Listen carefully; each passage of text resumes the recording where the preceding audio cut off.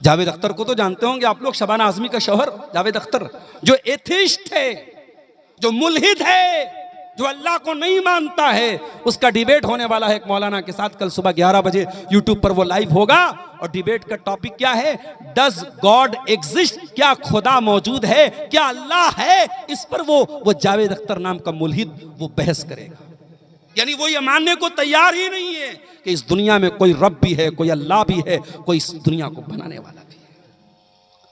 ये दौर आ चुका है जब उलमा को इस बात पे डिबेट करना पड़ रहा है कि अल्लाह है, और इसीलिए अल्लाह के नबी फरमाते क़यामत के पहले वो दौर भी आएगा, लोग बहुत ज्यादा सवालात करेंगे, इतने सवालात करेंगे कि यहां तक सवाल पहुंच जाएगा जब सारी चीजों को अल्लाह ने बनाया, फमन खलक अल्लाह, तो अल्लाह को किसने बनाया, अल्लाह को बनाने वाला कौन है, यहां तक सवाल किया जाएगा। और जब ये सवाल तुम्हारे जहन में आ जाए, तुम्हारे दिमाग में आ जाए, अल्लाह के नबी ने फरमाया फलयंतही वलयतअव्वज़ बिल्लाहि मिनश शैतानिर रजीम। जब इंसान के दिमाग में इस तरीके का सवाल आए तो अल्लाह की पनाह मांगे शैतान मरदूस से, औज़ु बिल्लाहि मिनश शैतानिर रजीम पढ़ ले और जल्दी से अपने ख्याल को दिल से निकाल दे। ये दौर आ चुका है कि अल्लाह के वजूद पर डिबेट होने वाला है। उलमा को ये साबित करना पड़ रहा है कि अल्लाह भी मौजूद है। मेरे प्यारे साथियों, इस दौर में अपने ईमान की हिफाजत करो। मेरी बहनों, अपने ईमान की हिफाजत करो। और ईमान की हिफाजत करना है तो 3 चीजों को लाजिम पकड़ लो, 3 चीजों पर जरूरी अमल करना है, 3 चीजों को अपनाना है, तभी ईमान की हिफाजत होगी।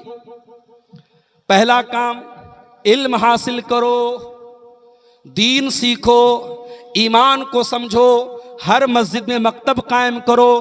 अपने बच्चों को मदरसे में नहीं डालते, कॉन्वेंट में पढ़ाते, स्कूल में पढ़ाते हो, तब भी कोई हर्ज की बात नहीं है, लेकिन मस्जिद में मकतब कायम करो। अच्छे टीचर को रख करके बच्चों को मकतब में भेजो। आपका बच्चा कॉन्वेंट में पढ़े, स्कूल में पढ़े, तभी वो दीन की इतनी नॉलेज रखे, उसको मालूम हो अल्लाह कौन है, उसको मालूम हो रसूल कौन है, उसको मालूम हो इस्लाम क्या है।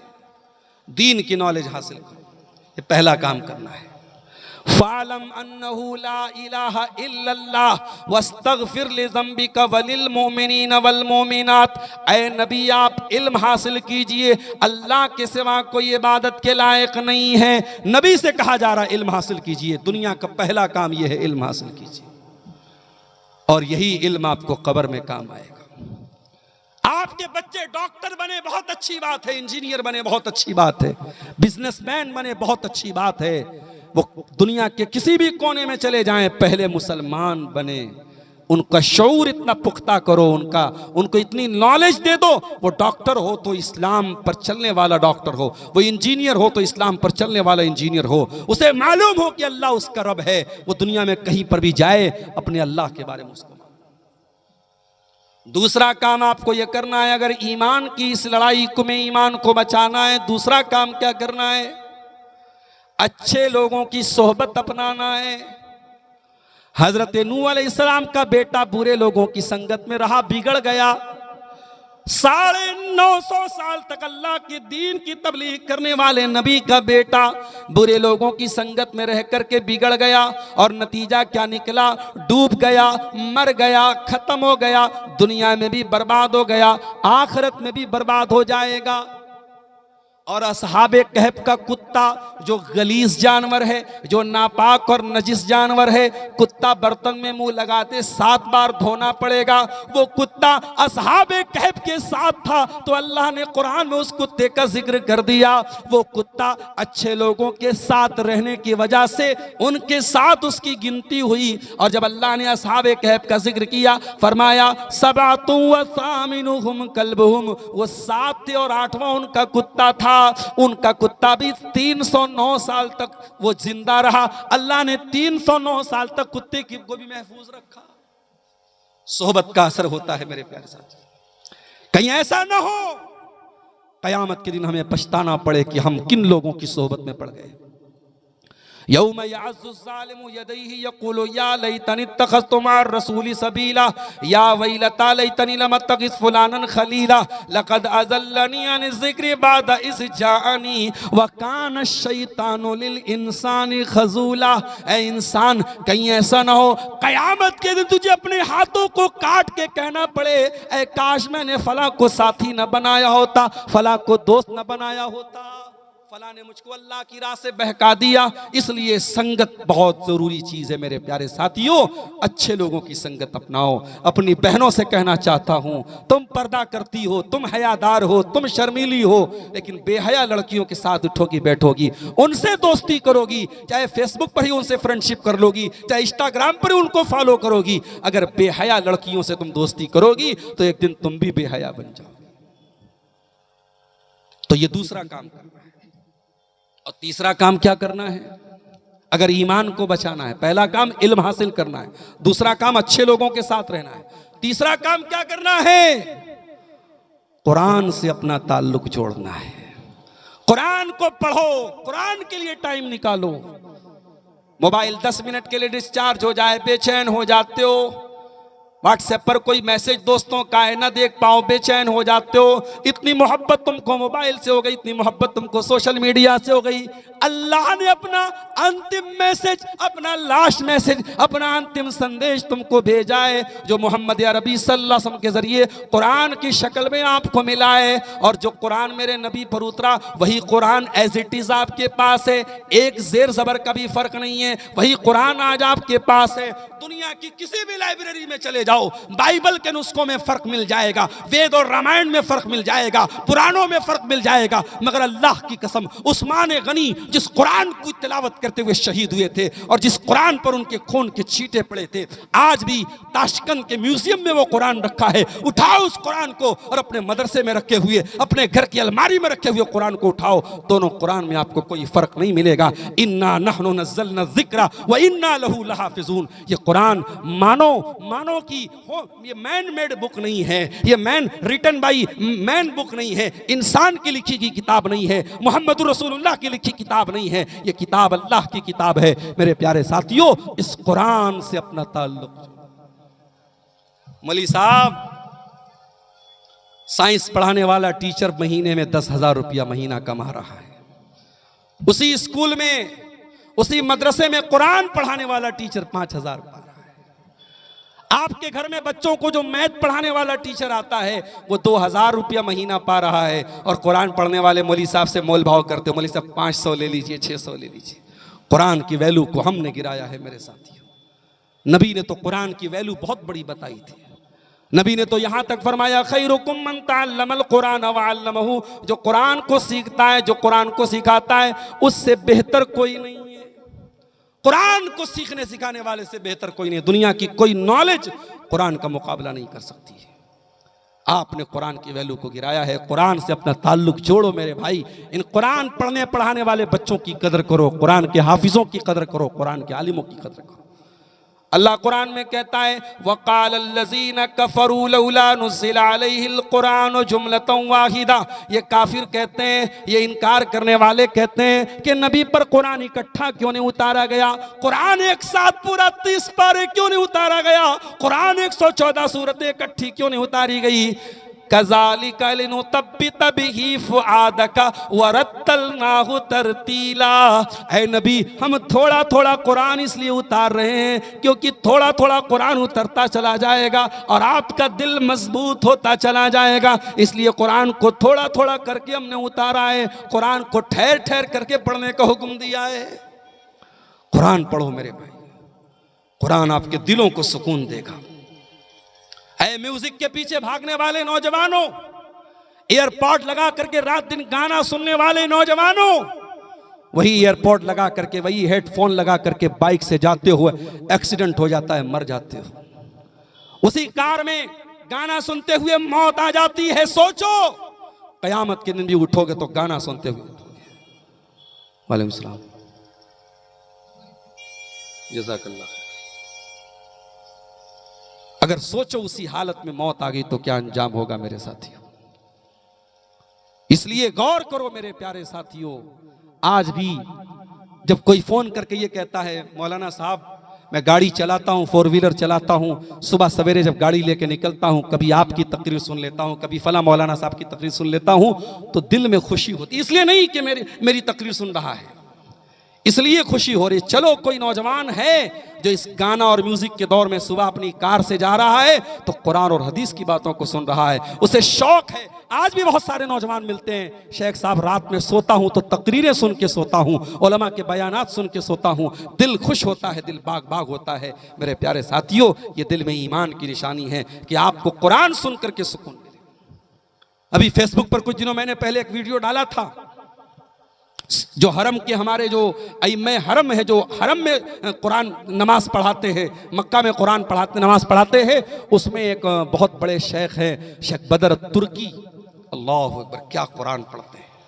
शेख सऊद अशुरैम के इस्तीफा के बाद, उनके जाने के बाद इस वक्त जितने कारी हैं, मुझे उन कारियों में सबसे अच्छी अगर किसी की तिलावत लगती है शेख बदर तुर्की की लगती है। अल्लाह की कसम खा के कहता हूं, अगर आपने उम्रा किया है, हज किया है, आप अपने मोबाइल पर शेख बदर तुर्की की तिलावत लगाइए, कानों में हेडफोन लगाइए और आंखें बंद कर लीजिए, आपको लगेगा आप हरम में नमाज पढ़ रहे हैं, आप मक्का में नमाज पढ़ रहे हैं। ये तिलावत में आज भी, और मैं तो अल्हम्दुलिल्लाह अरबी ज़बान का छोटा मोटा स्टूडेंट हूँ, आप अरबी नहीं जानते, आप शेरशाबादी भाषा और या अपनी बंगला भाषा या जो भी आपकी भाषा है आप वो भाषा जानते, आप अरबी नहीं जानते, लेकिन आपको भी मैं यकीन के साथ कहता हूँ, आप अच्छे कारी की तिलावत में अगर आवाज़ में तिलावत सुनेंगे आपको अपने दिल में सुकून महसूस होगा। तो मेरे नौजवानों, ईमान को बचाना है तो ये 3 काम करो। बातें थोड़ा जल्दी कर दूं क्योंकि हमें यहाँ से निकलना भी है, 10:25 होने वाले हैं, और ट्रेन का भी हम लोगों ने टाइम चेक किया। ट्रेन जोगबनी से चलती है, बिफोर कटिहार पहुँच जाती है। ट्रेन मेरा इंतजार नहीं करेगी, 11:05 पे वो निकल जाएगी, 10:30 बजे मुझे निकलना पड़ेगा यहाँ से, 5 मिनट का मेरे पास वक्त और है। आप सोचिए मेरे साथियों, आज हमारा नौजवान स्मैक का नशा, इसी कटिहार में लोगों ने बताया कोई नशा होता है स्मैक का नशा। कैसा नशा होता है? कोई पाउडर है, जो नौजवान उसका आदी बन गया, घर का सामान बेच करके इसमें खरीदता है, अपनी बीवी तक को बेच देगा मगर इसमें खरीदेगा नहीं, खरीदेगा नहीं, खाएगा, उसको चैन नहीं मिलेगा। माफ करना मेरे प्यारे साथियों, ये जिंदगी इतनी हकीर नहीं है कि तुम इसमें के हवाले कर दो। जाओ, बनारस का कैंसर हॉस्पिटल मेरे घर से बहुत ज्यादा दूर नहीं है। इसी कटिहार के भी कुछ पेशेंट आए थे कैंसर के, बनारस में, वो आके उन्होंने वहां इलाज कराया था। हॉस्पिटल भरे पड़े हैं, पूछो क्यों है हुआ कैंसर? कोई तंबाकू खा रहा था, कोई सिगरेट पी रहा था, कोई बीड़ी पी रहा था, कोई गुटखा खा रहा था, कोई खैनी खा रहा था। ये नशा आपके शरीर को छलनी कर रहा है। अगर अल्लाह से मोहब्बत करते हो, अल्लाह का डर है दिलों में, अल्लाह के वास्ते ये चीजें छोड़ दो मेरे प्यारे साथियों। वला तक़्तुलू अनफुसकुम, अल्लाह ने ये जीवन दिया है, इस जीवन को बर्बाद मत करो। किसी के बाप होगे, किसी के शौहर होगे, किसी के बेटे होगे, अपने जीवन को इस तरीके से बर्बाद मत करो। सुसाइड मत करो, आत्महत्या मत करो, नशे को छोड़ दो मेरे प्यारे साथियों।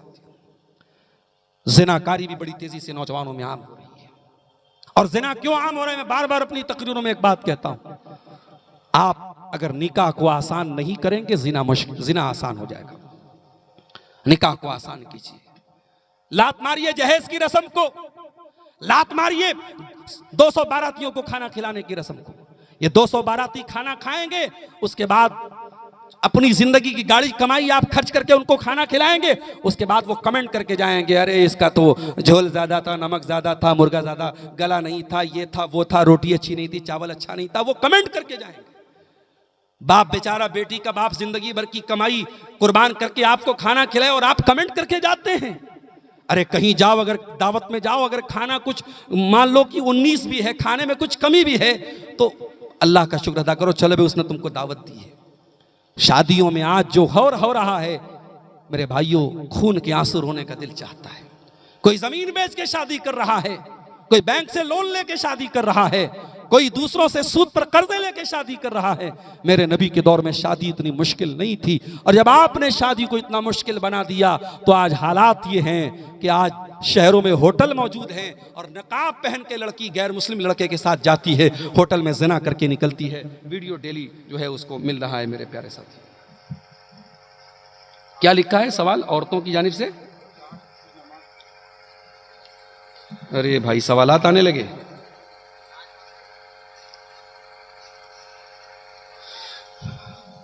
मेरे प्यारे साथियों, ज़िनाकारी को भी हमें कंट्रोल करना है तो निकाह को आसान करना पड़ेगा। और इस्लाम वो दीन नहीं है जो फितरत के तकाज़ों का इनकार करता है। अगर आप नौजवान हैं, आपको जब जवान हो जाए, लड़की जवान हो जाए, लड़का जवान हो जाए, शरीयत कहती है कि ठीक है, उसे एक जोड़े की जरूरत है, उसे एक लाइफ पार्टनर की जरूरत है, उसे एक जीवन का शरीके हयात की जरूरत है। इस्लाम कहता है या माशर शबाब, ए नौजवानों, तुम्हारी ताकत हो जाए शादी की, फल यतज़व्वज, तो निकाह कर लो, फ़इन्नहु अग़ज़्ज़ु लिल-बसर, जब तुम निकाह करोगे तो तुम्हारी शर्मगाह की हिफाजत होगी, तुम्हारी आंखों की हिफाजत होगी। आप अब्दुल गफ्फार सलफी साहब की, शेख जरजीत साहब की, शेख फजलुर रहमान के जितने भी उलमा हमारे सीमांचल में आ रहा, आप उनकी तकरीरें सुनते चले जाएं। तकरीरें सुन करके आप अपनी हिफाजत नहीं कर पाएंगे जब तक आप इस्लाम के बता हुए इलाज को फॉलो नहीं करेंगे, इस्लाम पर अमल नहीं करेंगे। इसलिए मेरे प्यारे साथियों, अगर ज़िना को रोकना है तो निकाह को आसान करना पड़ेगा। एक आखिरी बात बयान करके फिर इन सवालों का जवाब देकर बात खत्म करता हूं। आज हमारे नौजवानों में पैसा कमाने का भी एक जुनून है। पैसा कमाओ मेरे साथियों, पैसा कमाना बुरा नहीं है, मगर पैसा कमाने की दौड़ में इतने अंधे मत बन जाओ कि हलाल और हराम भूल जाओ। ये पैसा अगर हराम कमाई से आपके घर में आएगा, बिल्डिंग बन भी जाएगी, बच्चे आपके उस पैसे को खाएंगे, आपकी इबादतें अल्लाह के कबूल नहीं होंगी। नबी ने फरमाया, मा नबत लहमुन मिन सोतिन फन्नारु औला बिही, जो जिस्म हराम कमाई से परवरिश पाएगा वो जिस्म जहन्नम की आग में जलेगा। मेरे प्यारे साथियों, नबी ने फरमाया था, याती अलन्नास ज़मानुन, एक ज़माना ऐसा आएगा, ला युबालिल मरउ मिन ऐना अख़ज़ल माल, इंसान इस बात की परवाह नहीं करेगा कि हलाल तरीके से पैसा कमा रहा है या हराम तरीके से पैसा कमा रहा है। ये 2-3 सवालात आए हैं। 25 दिसंबर को हमारे ईसाई भाइयों के साथ क्रिसमस डे मना सकते हैं, और ये लोग क्रिसमस डे क्यों मनाते हैं? मेरे ख्याल से इस सवाल का जवाब मैं कई बार तकरीरों में दे चुका हूं, और ये बहुत कॉमन चीज़ है। सब लोग जानते हैं कि क्रिसमस ईसाई लोग हज़रत ईसा अलैहिस्सलाम की पैदाइश के दिन मान के मनाते हैं, उनके जन्म की खुशी में मनाते हैं, उनका जन्मदिन मनाते हैं। और हम जैसे ईसा अलैहिस्सलाम को अल्लाह का रसूल मानते हैं, वो अल्लाह का रसूल ही नहीं, अल्लाह का बेटा मानते हैं। तो वो ईसा अलैहिस्सलाम को सन ऑफ गॉड मानते हैं और उसकी वो खुशी मनाते हैं। उनका यह मानना है कि अल्लाह ने अपने बेटे को जन्म दिया और बेटा सूली पे चढ़ गया, सारी मानवता के पापों को अपने सर पे लेके चला गया। इस पूरे कॉन्सेप्ट को हम अल्लाह ताला की तौहीन मानते हैं, ईसा अलैहिस्सलाम की तौहीन मानते हैं। और इसलिए क्रिसमस के सेलिब्रेशन में मुसलमान का शामिल होना उसके इस्लामी अकीदे के हिसाब से बिल्कुल गलत है, नाजायज़ है। उसकी मुबारकबाद देना, उसमें शामिल होना, या स्कूलों में हमारे बहुत सारे बच्चे जो है वो क्रिसमस ट्री बनाते हैं या सेलिब्रेट करते हैं, ये तमाम चीज़ें गलत हैं, इनसे हमें परहेज़ करना चाहिए। एक सवाल आया है कि औरतों के लिए चाश की नमाज की क्या, जो मर्दों के लिए चाश की नमाज